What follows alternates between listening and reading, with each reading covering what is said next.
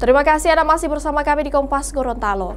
Saudara, polemik hak cipta lagu mulai berdampak pada pengusaha kafe dan resto di kota Gorontalo.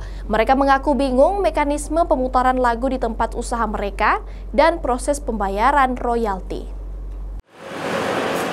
Musik atau hiburan menjadi salah satu instrumen pendukung di sejumlah usaha, rumah makan hingga kafe untuk menghibur pengunjung yang datang.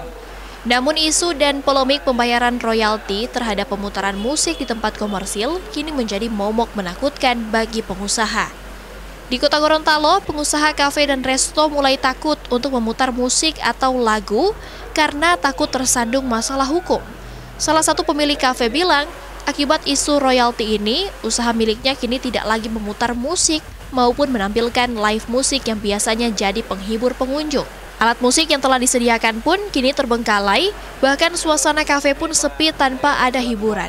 Di sisi lain, pemilik kafe mengatakan siap membayar royalti sesuai peraturan, namun masih bingung terkait mekanisme dan tempat pembayaran royalti.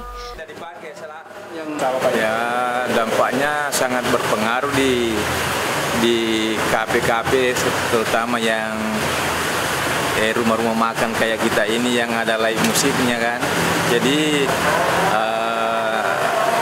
kita mau live musik juga takut-takut sekarang. Ya, masalah royaltinya itu sih tidak ada masalah bagi kita. Kita siap ikut aturan pemerintah. Cuma permasalahannya sekarang ini kita sebagai pelaku usaha membayarnya di mana gitu. Dan pemberitahuannya ke sama kita sih belum ada sama sekali.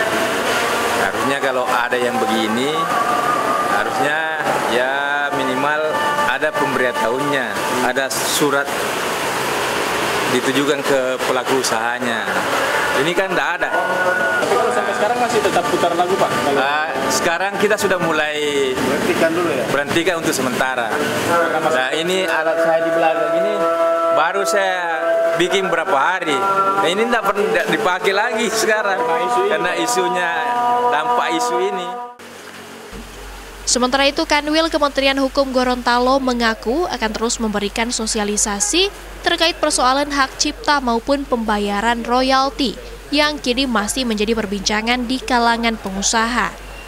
Pembayaran royalti ini pun dinilai menjadi salah satu bentuk penghargaan terhadap hak cipta dari setiap karya yang dihasilkan pencipta.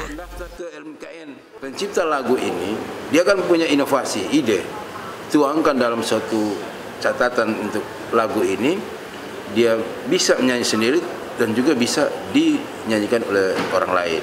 Supaya ini pencipta ini merasa dilindungi oleh hukum, memang untuk pencipta ini, dia bisa tidak mendaftar, tapi lemah dalam hal perlindungan atau kepastian hukum dia akan terima.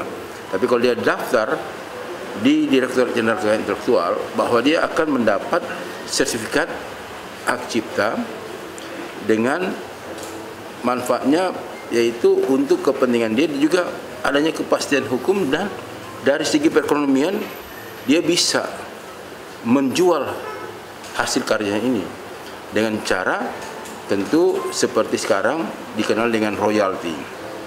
Sebenarnya dambaan setiap wilayah itu harus ada. Seperti tahun-tahun sebelumnya, undang-undang hak cipta sebelumnya, ada Yayasan Karya Cipta Indonesia. Itu di tiap daerah ada. Sehingga musisi pencipta langsung bisa melalui mereka.